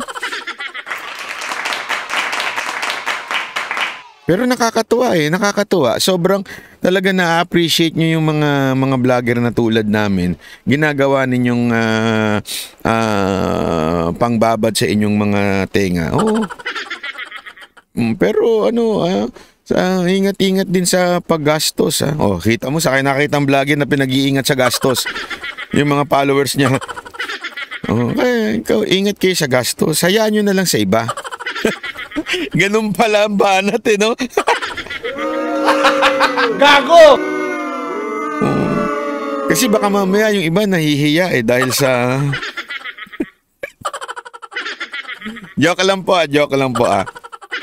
Hindi, kasi minsan pinapasukan ako ng kaluluwa ni Chloe tsaka ni BBJ Kasi ganyan sila mag-joke sa mga pag nagbigay ng tip. Hindi ba, medyo... apat kami. Jinxie, maraming salamat. Anong petsa ng birthday mo? Kasi uuwi ako next month. August 6. Hindi. Kasi ganyan sila mag-joke Kunwari, may nag-tip sa kanilang 2,000. Kasi si Chloe tsaka si BBJ, 2,000. Tig-isa tayo. Paano yung kasama namin? Ganun di ba? Kaya tuloy, minsan nadadamay ako eh. Gago! Di ba? Anyway, hindi, ano naman nila, style naman. Kasi ang Mocha Girls po, nagsimula talaga yan as a dancer, singer si Mocha na sumayaw, 'di ba? So naging sing and dance. Ngayon, sing and dance and stand-up comedian. Kaya ano yan eh, nag-i-evolve ika nga. Subukan niyo manood, promise matutuwa kayo. Kasi first time lang kayo makakakita ng stand-up comedian na babae. Usually, hindi, karamihan mga alam naman natin, LGBTQ, kung hindi naman LGBTQ, mga babaeng medyo matured na. Ngayon ka lang makakita ng mga babaeng bata na stand-up comedian. Hindi totoo. Gago! Sir, maraming salamat po, palakpakan. Bernie Sigres, maraming salamat. O yan, nabuhay tuloy yung iba kasi... anyway, tuloy natin. Ito pa, mga usapin. Ito, kasi meron na namang nangyari, kaganira. Kanina, ito, pasok. Taliwas sa mga ulat. Sorry, tama, ito. Taliwas sa mga ulat, hindi kailanman na-detain ang kapwa-akusado ni Pastor Apollo C. Kibuloy na si Pauline Canada. Sabi ni Jing Corpus, maliwanag sa chat box. Salamat po. Hindi, totoo. Ang ganda tingnan, di ba, pag maliwanag. Tapos, syempre, pag ka dyan, tapos, nagpapasalamat pa yung ibang grabe mga ibang subscriber natin dito, no? Kahit hindi sila nagpapakulay. Hindi, totoo, walang biro, nagpapasalamat sila doon sa mga nagpapakulay. Nakakatuwa. Oo, nakakatuwa kasi tinan mo, dahil sa nagpapasalamat sila sa nagpapakulay, parang may kulay na rin yung comment nila. Di ba? O kahit di na sila magpakulay. Di ba? Gago! Hindi po ako nagpaparinig, sinasabi ko lang. Di ba? Tumama ka daw sa loto, hindi I'm against any form of gambling. Except baccarat. Biro ko lang. Lintik na baccarat yan, no? Tuloy. Sa Buhangin Police Station sa Davao City. Tanong ngayon ng Legal Counsel ng The Kingdom of Jesus Christ, saan ngayon dinala ng mga otoridad si Canada? Naritong balita ni Jason Rubrico. Tumungo ang Legal Counsel ng The Kingdom of Jesus Christ dito sa Buhangin Police Station sa Davao City kung saan sinabi ng Philippine National Police ay nakadetain ang co-accused ni Pastor Apollo C. Kibuloy na si Pauline Canada. Pero napag-alaman na hindi kailanman dinala dito si Canada. Huwebes ng hapon nang makarating sa Legal Counsel ng The Kingdom of Jesus Christ ang balitang naaresto na ng kapulisan ang kapwa-akusado ni Pastor Apollo C. Kibuloy na si Pauline Canada sa kanyang pamamahay sa isang subdivision sa Davao City. Pero itinanggi ito ng Philippine National Police Region 11. Hindi ako na-meet ni General Torre kasi wala daw siya. Yung kanyang secretary na pulis ang nag-meet sa akin at sabi, wala kami nadakip. Alam mo, grabe ho ito Dapat kasuhan to ng, ito kasing KOJC, sobrang bait din minsan Pero sana po KOJC, kasuhan nyo ito. Kidnapping po ang ginawa dyan kung sakasakali. Yung dinamput ka, tapos although may warrant naman, di ba? Tapos hindi ko alam, maybe not kidnapping. Okay, sorry for the term Pero parang ganun kasi yung datingan Kinuha ka, tapos hindi sinabi sa abogado mo. Kasi dapat may abogado yan Hindi pwedeng walang abogado, tas i-deny pa. So itinago. Anong tawag mo doon pag itinago ka? 'Di ba? Hindi pwede yun. Dapat po hindi ka itago, 'di ba? So, sir, maraming salamat po. Pangalan mo, sir? Hindi, thank you very much po. So, dapat po kasuhan nung ito. Buti na lang, ito ang problema na hindi nila na foresee. Buti na lang may video. May video na dinakip. Ibig sabihin, kinuha o inaresto yung si Canada. Okay? So, kung wala palang pruweba na yun, baka malamang hindi na nila sinabi. Kahapon pa yan Kagabi pa, kahapon daw ata nahuli, gabi dininay ng dininay, tapos ngayon lumabas sa balita na sinabi na nila na nahuli nila. 'Di ba? Kaya nakakatuwa po dahil itong mga kababayan natin kay OJC alerto sila. Junebag, salamat po. Alerto po sila na pagka may mga ganyan, i-video nyo kaagad. Mga taga kay OJC, anything that is happening sa inyo, i-video nyo kaagad. Sigurado naman kayo may access kayo sa mga bossing ng SMNI. I-send nyo kaagad sa SMNI. At kami mga vloggers din, we would spread it kasi wala na talaga tayo maasahan sa media. Kami na lang pong mga vloggers ang tutulong sa inyo. Siyempre, SMNI, matik yan. Tutulong yan sa inyo. At kami na mga vloggers, ibobomba rin namin yan sa social media. Kaya dapat eksperto lagi kayo sa pagguha ng video. May mga shortcut yan. Hindi ako nagbibiro. Dapat, since may cellphone kayo, kare, sa ganyan, di ba? Sa iPhone, pagka ginanyan mo, camera na yan, kahit nakalock. Oh, di ba? Ganun dapat, alam nyo. Sa iPhone yun, pag nakalock, di ba? Ganun yung kagad. Alam ko, meron sa Android din yan eh. Para anytime na may mangyari, video ko agad. Video kagad kayo ng video. Dahil yan na lang ang ating weapon dito sa mga mapang-abuso sa batas. Na kapulisan at ilang kapulisan at itong si Secretary Abalos. Ay, naku po, matindi ho ito, ha? O, tuloy-tuloy. Prado kayo? Wala kami nadakip, sir. Fake news yan. Pero biglang binawi ng PNP ang kanilang sinabi na hindi nila nahuli si Canada dahil ang mismong aktwal na pagdakip ay nakunan pala ng video. Pinangangambahan ngayon ni Attorney Israelito Torion ang seguridad ni Canada dahil hindi siya nabigyan ng pagkakataon na... Ayan dapat kasuhan yung babae na yan eh. Kasi sila yung humuli tas i-deny sa sa pangalan nito, i-deny sa abogado. Hindi pwede yan. Dapat may abogado. Makausap o makita ang kanyang abogado na karapatan dapat ng isang inare... Uy, sunod-sunod yung mga troll naglabasan, no? Hindi nyo napansin? May isang troll nagsimula doon tas sunod-sunod na dito, di ba? Naglabasan. Okay. Akala nyo naman na-apektuhan kami. Okay din yan. Dagdag din yan sa views. Akala nyo, no?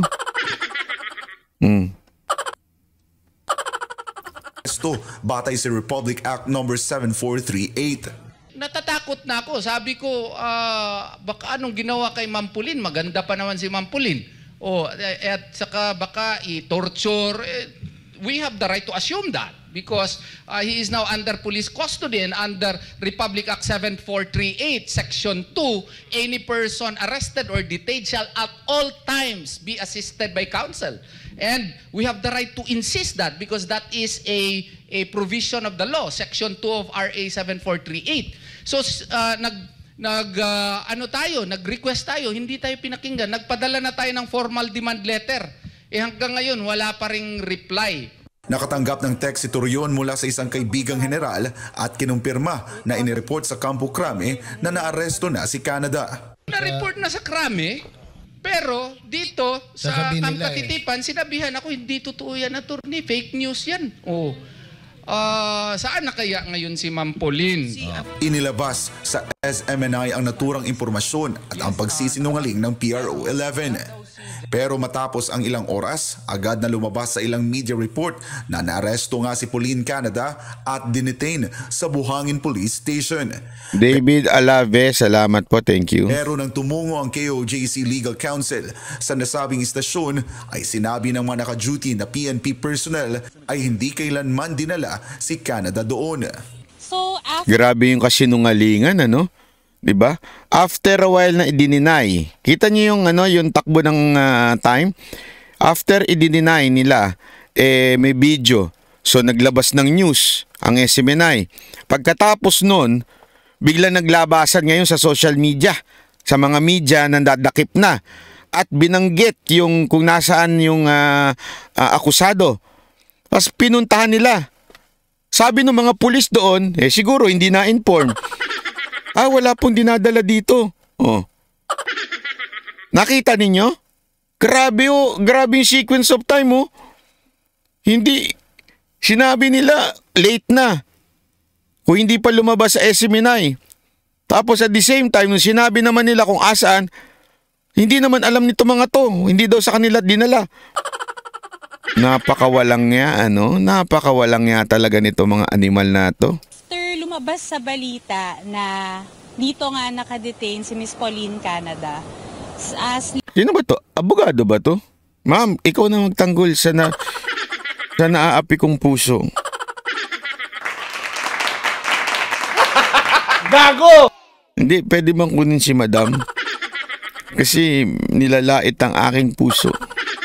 Yeah, joke lang po ma'am ha, attorney, joke lang. Legal counsels, she has the right for Yeah, I think so. Makausap yung mga lawyers niya. So, pumunta kami dito kaagad para i-check kung nandito nga talaga siya at hopefully makausap. But yun, upon checking, hindi pala daw talaga dito dinala ever. At any point in time, hindi siya dinala dito. Grabe Hudas talaga, no? Mga sinungaling kayong, kayo? Uy, Lucky Montero, long time no see. Boss Banat, advance 30th birthday. Ay, ayoko ng advance. Huwag ganyan, ulitin mo yan. De, joke lang. Lucky Montero, maraming salamat ha. Oo, baka mamaya si Anharot, mga harot ka na naman dyan. Easy. Huwag ka mga harot ha. Tinataboy mo yung mga pogi dito Uy, nako. Anyway, tuloy natin to. Tuloy. Pa ni Attorney Lara Orea de los Santos, bilang protocol ay dapat dinala muna sa pinakamalapit na police station si Canada kung saan siya inaresto. Okay, so actually, usually the protocol kasi is pag nadakip yung tao, dadalhin siya sa nearest police station. And since nadakip siya sa Emily Holmes Buhangin, supposedly dito talaga siya ide-detain. But ang sabi nung mga nakausap natin kanina na officers, wala daw talaga, hindi din daw nila alam kung bakit hindi dito na-detain si Miss Pauline Canada. And actually, gumawa na rin daw sila ng blotter, but we still have not seen the police blotter. Grabe yan, Nakikita ninyo yung nangyayari? Mantakin mo dapat dun daw sa tabi ng kung ano nakakasakop dun sa lugar.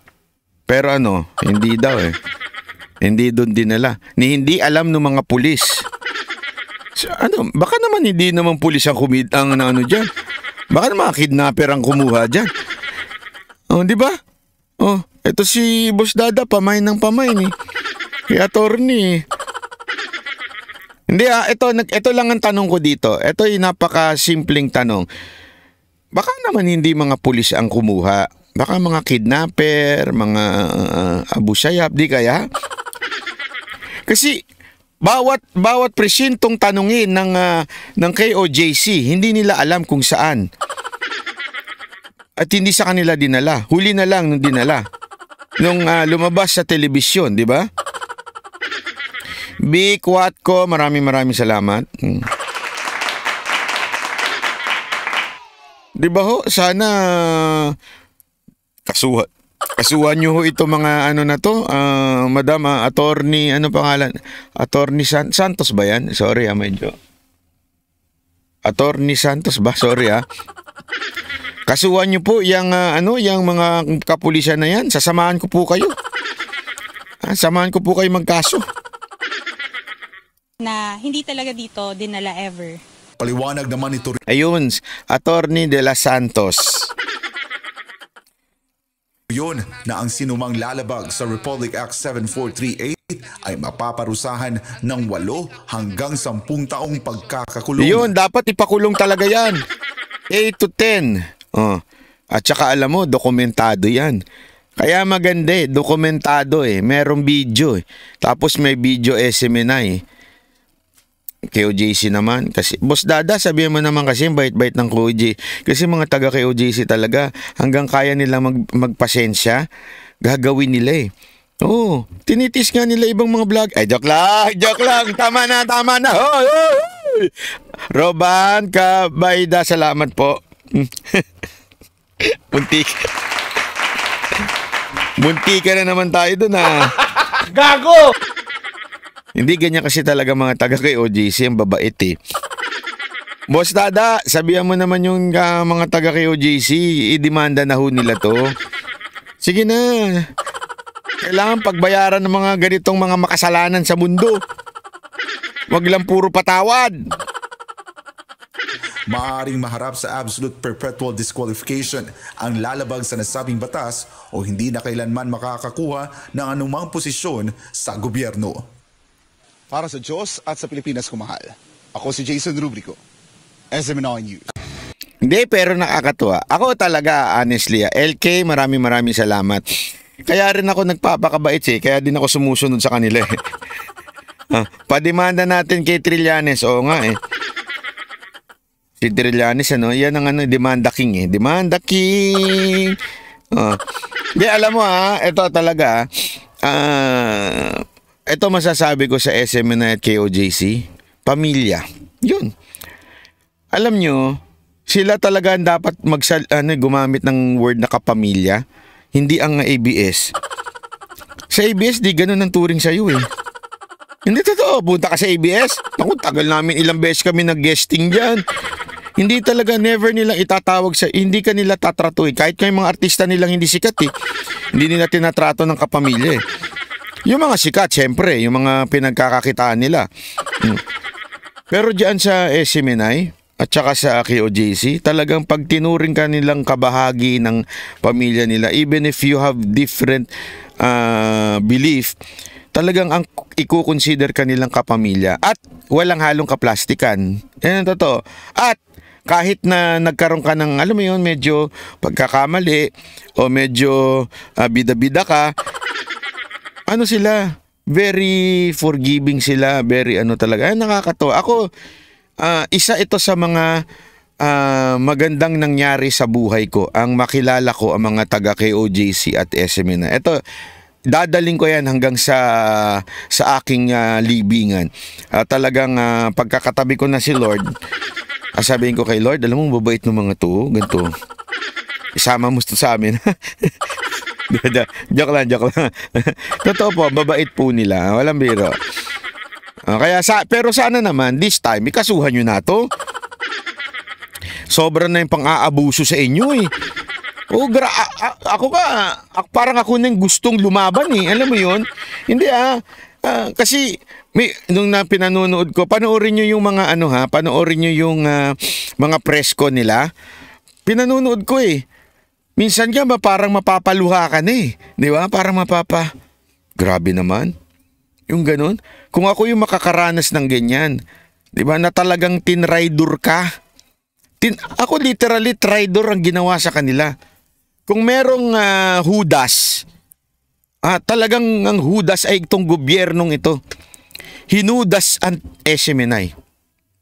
Yun, literal ko masasabi yun. Hinudas ang SMNI. Sa sobrang tindi ng ginawa nila dito sa SMNI.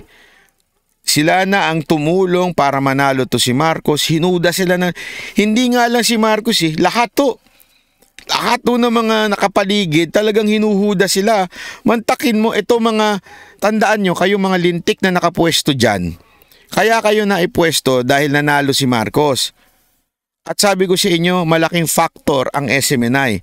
Baka nga posible kung hindi sumuporta ang SMNI dito kay Marcos, baka hindi kayo inanalo eh. Kung hindi kayo binigyan ng platform. 'Di ba? Pero binigyan kayo ng platform. Uy, Vilma Fortun, maraming salamat. Uy, $100, alam ko na equivalent niyan, ha? Hello everyone, di ko maisa-isa, sorry po. Isahan ko na lang bibigay. Wag mo na, sa akin lang yan. Joke lang po. Sabi niya kasi pag-isahan na lang daw. Wag mo na, ayaw mo na sila, mayaman na sila. Joke lang po, Madam LK at saka Vilma Fortun. Kasi ngayon alam ko na kung ano yung presyo ng 100. Alam mo sa Hong Kong ang baba ng pera, no? Hindi, ang mahal-mahal. Hindi, grabe kasi dyan, yung parang yung 100 mo, parang ang ang liit lang ng equivalent. Bibili ka lang ng, pabango nga lang nilang maliit, 100 plus to eh. Di ba? Parang ganun. Di ba? Bibili ka lang ng anik-anik. Anong euro? Hindi yung LK. Ayan si Vilma. Ang sinasabi ko, Hong Kong yan, oh. Hong Kong, oh. Di ba Hong Kong yan? LK, yung HK ba Hong Kong yan? O ano, Europe. Di ba HK is Hong Kong? Yung LK, iba yan. Ginugulo mo naman ako, pobre. Ang gulo mo naman, pobre. Ang sinasabi ko yung kay HK na 100. Kay LK 10 euro. Alam ko yung euro, galing ako dyan eh. Oh, bakit sinasabi pobre? Pinaiinit mo ulo ko eh. Magkakape na nga lang muna ako para lumamig. Oh, di ba?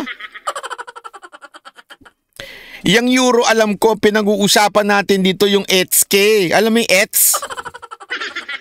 Yung ETSK yun. LK, pounds ba yan? Ganyan ba sign ng pounds? Pounds pa yan. Alam ko din yan. Yung UK yan eh. Di ba? Yan ang ginagamit sa Ilocos, UK. UK ni naman. Hindi, UK. Alam ko yan. UK. Ha? UK. Nanggaling din tayo dyan sa British Columbia. Galing din po tayo sa UK. Nandyan tayo sa London. Tuwan-tuwa ako dyan sa London Bridge. Parang tanga lang eh. Yung sikat na bridge, hindi naman pala London Bridge yun. Hindi pa pinagpalitan na lang sana. Hindi kasi may dalawang bridge dyan. Yung talagang sikat na bridge, hindi naman pala tawag doon London Bridge. Yung London Bridge, yung hindi sikat na bridge. Di sana pinagpalit nyo na lang yung pangalan para at least yun ang ng tao. Diba? Pag nag-post, London Bridge ako, ganun. Diba? May pa Tower Bridge pa. Pareho lang naman yun. Anyway, maraming salamat po sa mga nagbabahagi ng kanilang blessings, palakpakan. Oh, ito pa. Ito.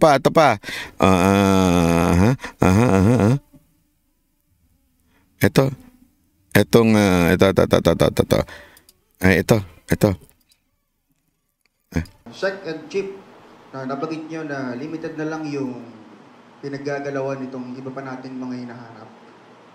Burado na ba o mabubura na ba natin sir yung angulo na labas ng bansa, si Pastor Kibuloy or kung sino man doon sa apat pa natin hinahanap? There's always a lot of possibility, no, na maaaring kung saan parte sila ng mundo. Ako may tanong lang ako, Secretary Abalos. Bago tayo magsimula sa discussion na to, inaahit mo ba yung kilay mo? Hindi, ako nagtatanong lang, bakit parang lagi nakataas? Tingnan mo yung kilay ni Abalos. Ito ito yung matinong tanong ha. Hindi ako nanlalait ha. Nagtatanong lang ako kasi ganyan yung kilay ni Renzi. Yung Mocha Girl Renzi. Yung parang laging nakataas, laging parang, ba't ganyan ang kilay mo? Para ka nangingilay, ganun. Sabi niya, ano ka ba sir? Ganun talaga pag babae. Yung kilay talagang kinukulayan yan, inaano yan talaga, inaahit-ahit patas diba? Tapos doon nakita ko to si Abalos, bakit kaya ganyan yung kilay niyan? Lagi nakataas. Hindi kaya ako nagtaka lang ako, normal ba yan? Nagtatanong lang po, walang halong panlalait, ha? There's always that possibility. Pero sa kasama yan sa pagiging artista.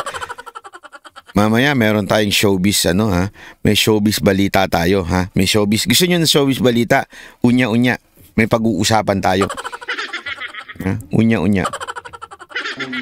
Nakikita sa ngayon, nandyan lang yan. Nandito lang yan sa Pilipinas. Nandito lang yan. Alam mo pala ba't di mo makita? Kasi sabi niya, nandito lang yan, sigurado ako. Kung sigurado ka palang nandito, bakit di nyo nakikita? Hindi, di ba?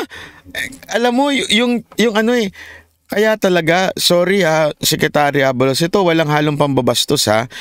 I just wanna say this pero walang halong pambabastos to. With all respect, with due respect, sabi nga, with due respect, ha, Secretary Abalos, ha, please shut your mouth.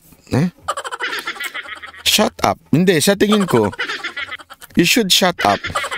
Kasi mali na naman yan eh, yung sagot mo na, nandito lang yan, nandito lang, sigurado kami nandito. Paano ka nakasigurado? Di ba masasabi mo sigurado ka kung alam mo kung saan siya? Tama, mali. Di ba? Kaya ka nga sigurado kung nandito kasi alam mo kung nasan siya. Oh. Pwede mo sabihin na probable o probability nandito siya o malaki ang probability na hindi pa siya nakaalis. Di ba? Ganun. Kasi you're not sure. You're not 100% sure. So yun ang sasabihin mo, di ba? Malaki ang chances na nandito pa yan, di ba? Pero kung sasabihin mo, hindi, sure yan, nandito pa. Ha? We know na nandito pa siya. How would you know? Ikaw pa naman pala may alam eh. Baka naman kaya ka nag-raise ng 10 million na bounty sa mga friends mo, kung sino man yung friends mo, ha? Kasi ikaw may alam kung asan siya. Baka ikaw na rin na magturo kung asan siya. At yung bounty siya na rin mapunta. Di umano, ha? Hindi ba po? Ako nagtataka lang eh. Sabi mo, sigurado ka na naandi dito. So alam niya kung asaan. Sure pala siya eh. Sure siya eh. Bakit ganito eh? Oh. Diba? Ay nako. At we will assure you this as what we've assured you before. Lumiliit na... Ayan no, parang 100% case close ni... Itong gobyerno to talagang ano no, yung gusto yung propagandista talaga tong gobyerno to eh. Gusto nila yung itsura sa tao. Sigurado kami, nandito na yan, yung tapak. Ganun, tas nakataas ang kilay. Pilipinas para sa kanila. Lumiliit na ito. Ganyang gumalaw ang pulis, ang military. Saka na magtatago niyan, ang taong bayan pa. And it will only show one thing. Remember, ito po'y pugante. Ito'y hindi namin ginawang demanda ito, hindi. Ano pa siguro hindi naging trial lawyer itong si Abalos. Hindi niya talaga alam yung salitang pugante, no? Sa kanila, at ang sala sa kanila ay napakasimple. Ito yung kasong child abuse, bata. Bata, isipin niyo yan. Bata! At trafficking. Yan ang mga kaso ng mga taong yan. Kaso? Hindi ho guilty. Magkaiba ho yun, sir. Akusasyon lang ho yun. Akusasyon, sir. Akusasyon. Hindi abogado. Abalos para kay hindi abogado. Ang lahat ng akusado ay ina-assume muna natin na ito ay inosente. Hanggang ito hindi napapatunayan beyond reasonable doubt. Ano ka para mong gusto? Alam mo ginagawa niya? Ginagalit niya yung tao. Grabe talagang si Pastor Kibuloy nang-aabuso ng bata. Ganun eh. Diba? Sir, kayo ho ba ay sekretary o husgado? Ako'y nagtatanong lang, ha? Sekretary po ba kayo o husgado? Kasi yung paggagano ninyo, parang guilty na yung mama eh. Alam mo, ikaw na lang dapat ang mag-judge sa KOJC. Ikaw naman pinaka-judgmental na tao na nakita ko. Diba? Napaka-judgmental mo. Korte nga, hindi pa sila tinatawag na pugante. Korte yun, ha? Kasi may pronouncement ang korte. May mga jurisprudence dyan, ha? Jurisprudence. Na sinasabi ang definition ng pugante. Ikaw, hindi ka naman sa husgado? Sekretary ka, inyet, binabanggit mo, fugitive na. Makadiin ka. Ano to, sir? Anong meron? Hindi ako nagtatanong lang, ha? Bakit ba mainit ang puwet mo kay Kibuloy? Yung totoo. Hindi ba siya naging mabuting financier sa'yo? Sa eleksyon? O baka naman gusto mo siya maging mabuting financier? Kasi tandaan natin ha, hindi ko sinasabing siya to ha. Hindi ko siyang sinasabing siya to. Pero sa mga vlogger nga, di ba, may AC/DC? Ano ibig sabihin? Ito, papaliwanag ko lang ha. Hindi siya to ha. Mga vlogger to. Sa mga vlogger, yung kilala nyo na, yung botsog na vlogger, di ba? Na inaakusa ng AC/DC. Oh, na ano yun? Attack, collect, defend, collect. So, papaano sila mga kolekta? Atakihin muna nila. Atake muna sila. Pak, pak, pak, pak. Atake, atake, atake. Tapos, para tumigil siya, kailangan mo ng isang malupit na koleksyon. Oh, titigil na siya. Tapos, i-defend ka na ngayon. Kaya AC/DC tawag. Oh, 'di ba? Ang tanong, sa mga politiko kaya may ganyan din? Hindi, ako nagtatanong lang ha. Kasi maaring posibilidad 'yan. Sa mga, hindi ko sinasabing si Abalos ha. Hindi si Abalos to ha, hindi si Abalos. Baka may mga gumanyan kay Pastor Kibuloy eh. Di ba? Baka may mga gumanyan na sinabi, Pastor Kibuloy, ididiin ko yung kaso mong patay na. Bubuhayin ko yung kaso mong patay na. Palalabasin ko talaga sa media na masamang tao ka. Unless, suportahan mo rin ako katulad ni pagsuporta mo kay Pangulong Duterte. Again ha, hindi si Abalos to ha. Hindi si Abalos to. May mga ganyang kayang politiko ngayon. Tanong kaya natin sa mga taga kay OJC. Kaya lang kasi kung nakakausap ko lang sana si Pastor Kibuloy, yan isa sa mga tatanong ko eh. Kung meron po bang nag-AC/DC sa inyo? O vlogger lang ang gumawa sa inyo nun? Uy, sino kaya yun? Uy. Yung dating mga tanso. Uy, El Oro Engraver. Hi, banat by loyalist. Mi dati pero nagsisi na ako. Visit na the junior yun. Uy, grabe naman. Okay lang yan. El Oro Engraver. That's okay. As long as nagsisi na. At madam ay sir. Hindi ko alam kung madam or sir eh. Ang importante ma'am, sir, El Oro Engraver, wag nang uulitin ha. Kung sino man yung mga vlogger na nambudol sa inyo noon, wag nyo nang paniwalaan ngayon. Kahit nagkiklaim pa sila na anti-Marcos na sila. Okay? Kasi binudol na nga nila kayo dati.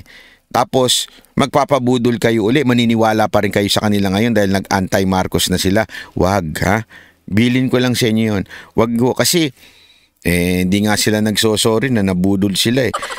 Hindi nga sila nagsosorry na nambudol sila. At higit sa lahat, di sila nagsosorry na nagpakalat sila ng fake news noon sa mga Duterte, diba? Sa mga DDS vlogger, hindi sila nagsorry. Basta kinontra na lang nila si Lisa Tanas ngayon eh. Para makabawi, di ba? Ganun. El Oro Engraver, maraming salamat po. Thank you very much and welcome to Banateros. Marvin Galpo, pero banat ba hinahanap si Kibuloy ng RTC? Ba't ayaw niya na magpakita sa RTC? Tanong lang po. Kasi ganito yan ha. Maybe this is a legit o lehitimong tanong. Alam mo, meron kasi tayong mga iba pang legal na hakbang na ine-exhaust ng kanyang abogado. Okay? Hindi porket may warrant, yun na yun. Okay? Pwede mo pang i-appeal. Itong mga abogado, meron pang mga ginagawang appeal. Para, alam ko may mga motion for quash pa na ginagawa. Hindi ko alam ang exact explanation pero napaliwanag nila yan. Meron pa silang ginagawang hakbang para po maano yung warrant na yan. Una. Pangalawa, dahil nga po merong banta sa buhay ni Pastor Kibuloy. Ano po yung banta sa buhay ni Pastor Kibuloy? 'Di ba yung sinasabi ng extrajudicial ano ba tawag doon? Parang kukunin o dudukutin ng Amerika para idalin sa kanila 'Di ba? Kahit hindi dumaan sa tamang proseso. Remember, ang pwedeng i-extradite lang ay yung naakusahan ng guilty, 'di ba? Hindi pa siya. At meron silang intel, ang KOJC may intel na talagang dudukutin siya. Ang unang tangka niyan ay yung pagpunta niya sa Senado. Hindi siya nagpunta doon, 'di ba? Ang hinala, ang kwento sa amin ni Pastor Quiboloy nung hindi pa siya nabibigyan ng warrant. Meron siyang nakuhang intel na pagsundo sa kanya, pagdating sa Senado, iho-hold siya doon, tapos ibibigay siya ng Senado at dudukutin siya doon ng US. Which is extra rendition, 'di ba? Which is hindi ito imposible. Bakit po? Ito po ay talagang ginagawa ng Amerika sa kasaysayan ng mundo. Hindi lang sa Pilipinas. Actually, meron ng instance na ginawa yan sa Pilipinas. Yan nga daw yung kinagalit ni Pangulong Duterte na dinukot ng FBI, kung maaalala ninyo. Pero meron pa sa ibang bansa at mga matataas din, mga matataas na mga opisyal na mga nasa gobyerno o may katungkulan na ginagawa ng Amerika yan. Yung extradition ay yung extra rendition na tinatawag. Kinukuha nila, which is sa kanila, sa Amerika legal, pero sa Pilipinas illegal. Okay? I don't know why, pero yung mga ginawa nila ng ganyan ay wala ring explanation. Basta na lang nilang dinukot. How much more ngayon? 'Di ba? Na kung saan may mga sundalong, alam nyo ba ito hindi ko alam kung pwede ko to sabihin Basta pagka may nagtanong sa inyo mga taga-SMNI o KOJC, sabihin nyo na lang hindi sa akin ang galing Sabihin nyo na lang narinig nyo kay Boss Dada. Alam nyo ba na yung mga nakatira yung mga sundalong puti, saan? Sa harapan ng KOJC. Yung mga subdivision sa harapan ng KOJC. Doon ginawang barracks na mga puti. Talagang meron silang plano. Kung meron plano sa'yo, ikaw ba ay susuko? 'Di ba? Wala na. Pag dinala ka na sa Amerika, wala na. Wala nang diyan. Wala ka na magagawa. Pag sinabi nilang national threat ka, pag sinabi, wala na. Anong hoy, Boss Dada? Basta sabihin nyo na lang, galing kay Boss Dada yun, impormasyon na yun. Hindi, 'di ba? Grabe nga ho ngayon ang ito na nga lang Ito, Madam ba 'yon? Si Marvin Galpo. Sir, ito na lang Kita nyo yung ginawa doon sa isang hinuli na pangalan niya is Canada. Hinuli, 'di ba? Anong ginawa? Hindi naman pinaharap sa hindi nila pinayagan yung abogado na makasama, which is sa batas natin kailangan. Kaya nga 'di ba meron tayong Miranda rights, alam niyo 'yon, 'di ba? Yung Chito Miranda rights. Yung 'di ba? Alam niyo 'yon, yung Miranda rights, sinabing anything that you would say would be used against you, so you have the right to attorney. If you cannot provide lawyer, will provide a lawyer for you. May paganyan-ganyan, 'di ba? Kasi nga matik po yun. Pag ikaw hinuli, hindi ka dapat magsalita. Di ba? Dapat yung abogado mo magsasalita para sa'yo. Ito, hindi pinaharap sa abogado. May discrepancy. Hindi nga alam kung saan dinala. Ayaw ipakita sa abogado. So, ibig sabihin nun, kung ginawa nila yun doon, na wala na sa proseso ng ating batas, o yung protocol, kaya nilang gawin yan kay Pastor Quiboloy. Baka mamaya, pag huli kay Pastor Quiboloy, bigla na lang mag-disappear si Pastor Quiboloy at sabihin, tumakas. Tapos yung pala, ibinigay na sa mga kano. Tama, mali. It's all possible. Why? We are living in a silent martial law.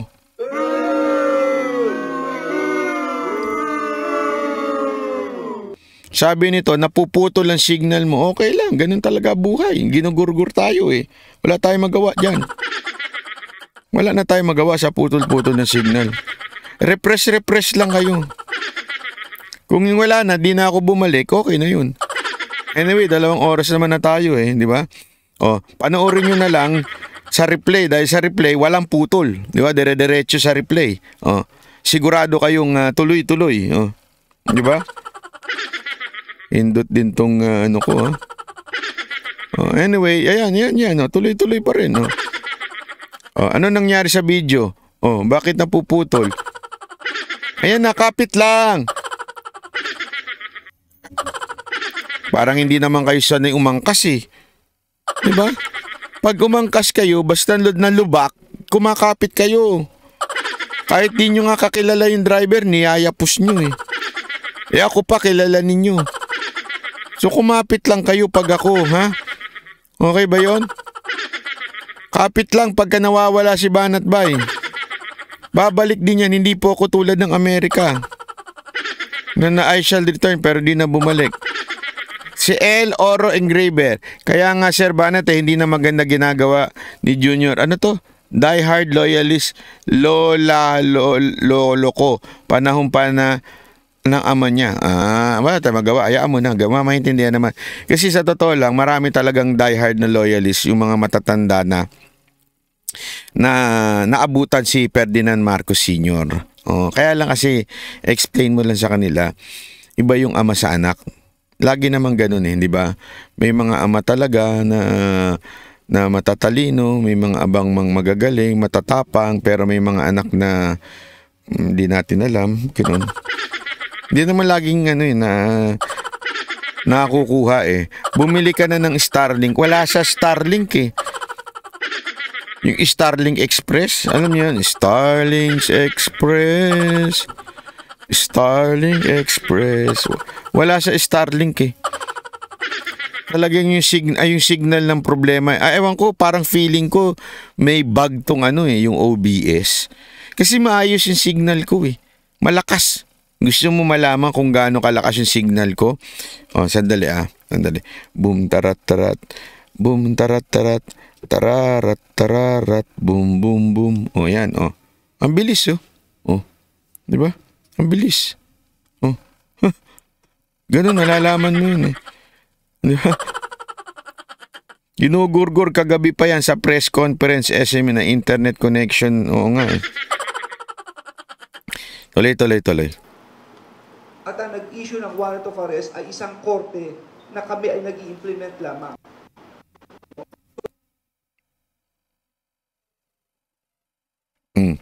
Pati si Abalos nagurgur na. Basta meron tayong sistemang sinasabi at ito'y hindi nasusunod. Just imagine kung lahat ng tao ganito. Babagsak ang sistema ng hustisya. Oo talaga. Babagsak talaga ang sistema ng gobyerno pagka lahat ng tao katulad mo.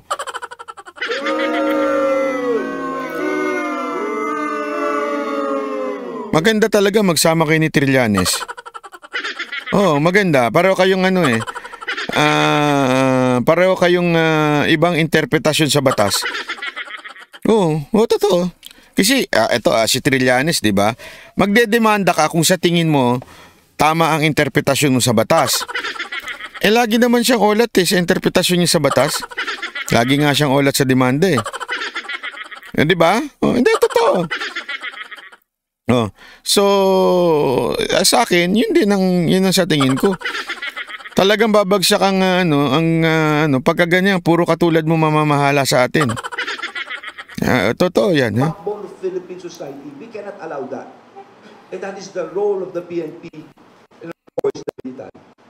To make sure that we have a working government na talagang very lively ang demokrasya, lalo na ang justisya, which is the very foundation of our country. And we will make sure these roles of the PNP and of course ng ating mga kasama sa Army, talagang gagawin po namin ito.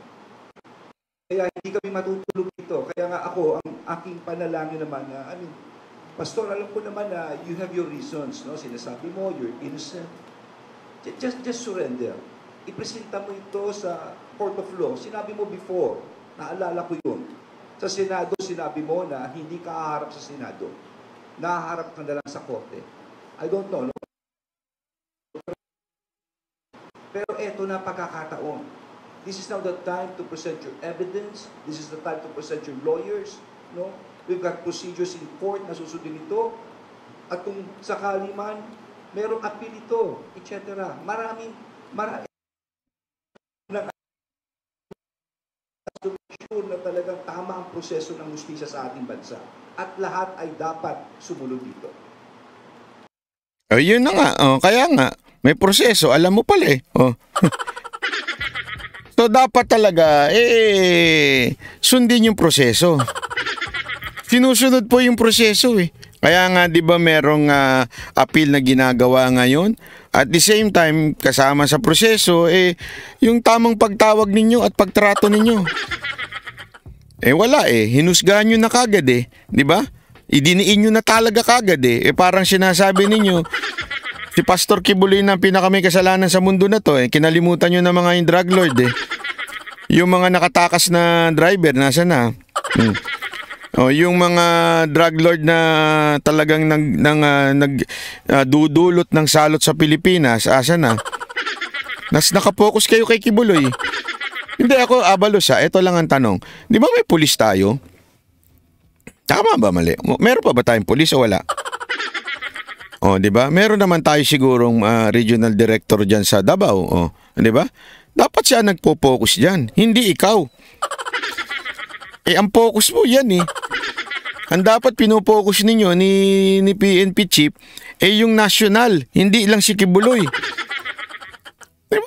Puro si Kibuloy. Obsessed po ba kayo kay Pastor Kibuloy? Ano po ba meron? Bakit para tila atang kayo ay talagang atat na atat kay Pastor Kibuloy? Sige nga pakipaliwanag Kasi don't tell me, ganito ang trato nyo sa lahat ng may warrant. Hindi naman Hindi ba? Hindi naman ganito focus nyo sa lahat na may warrant. Ginanyan nyo ba si Bungal? Si Bungal may warrant din yun, di ba? Ginanyan nyo ba? Sa katunayan may warrant din si Bantag. Ginanyan nyo ba? Wala, hindi nyo nga makita Hindi, ako tanungin ko kayo, bakit nawala na si Bantag? Bakit hindi nyo hanapin? Hindi, ako nagtatanong lang. Ba't parang tila nakalimutan nyo na? Bakit? Kasi tahimik na siya, wala naman siyang ganap. Ibig sabihin, wala naman siyang SMNI, wala naman sa kanya pang mga nagbablog na ngayon kasi yung mga nakisali lang sa Banateros noon, tumahimik na. Di ba? Ganun ba 'yon? Ako nagtatanong lang naman ako Ito'y malinaw na pagtatanong lang. Ganun po ba yun, sir?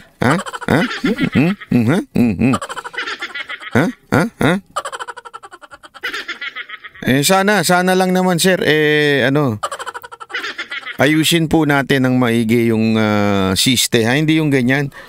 Kasi nakakaloko na ho kayo, sir, Anyway, maraming salamat po. Kita-kits po muli tayo sa kailan ba? Baka Monday na. Depende. Baka bukas may vlog ako ilabas. By the way, may nilalabas pala ako mga vlog Sana panoorin nyo yung mga Banat by Adventure din.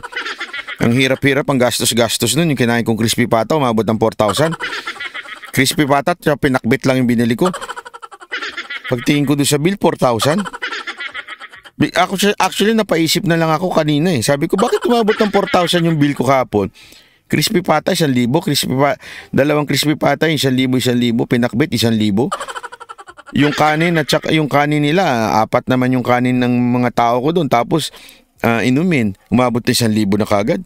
Bakit naging 4,000 yun? Di ba? So, sayang naman yung ginastos kong 4,000 para lang makapag-vlog sa inyo. Baka naman pwedeng panoorin nyo na lang yun. Parang awa nyo na. Hindi, sa totoo lang, actually ginagawa ko, hindi naman para kumita Trip ko lang talaga mag-vlog Di ka kasi nagsama, feeling ko nga niloko ko Hindi, totoo, Boss Dada. Feeling ko talaga, paano umabot, ito yung order ko. 2 crispy pata.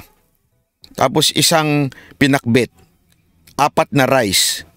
Tapos 3 soft drink. Umabot na ng 4,000 yun. Paano nangyari yun? Ako, tubig lang ako tsaka crispy pata, yun lang in-order ko, hindi ko pa nga naubos. Di ba? Paano nangyari yun? So, sana panoorin nyo na lang. Para naman magkaroon naman ako ng kahit pa, alam mo yun, wala namang kita yun, ang liit ng kita nun. Wala pa sigurong 50 pesos ang kita nung vlog ko na yun. Panoorin mo na lang, ha? Pakipanood na lang at para naman eto na, at least pinanood namin, may viewers na. Ginastos mong 4,000. Di ba? Tara, balikan natin nila tapos orderin uli natin. Grabe. Ewan ko ba? Anyway, maraming salamat po. Thank you very much. Kita-kits ulit tayo bukas. Bye-bye.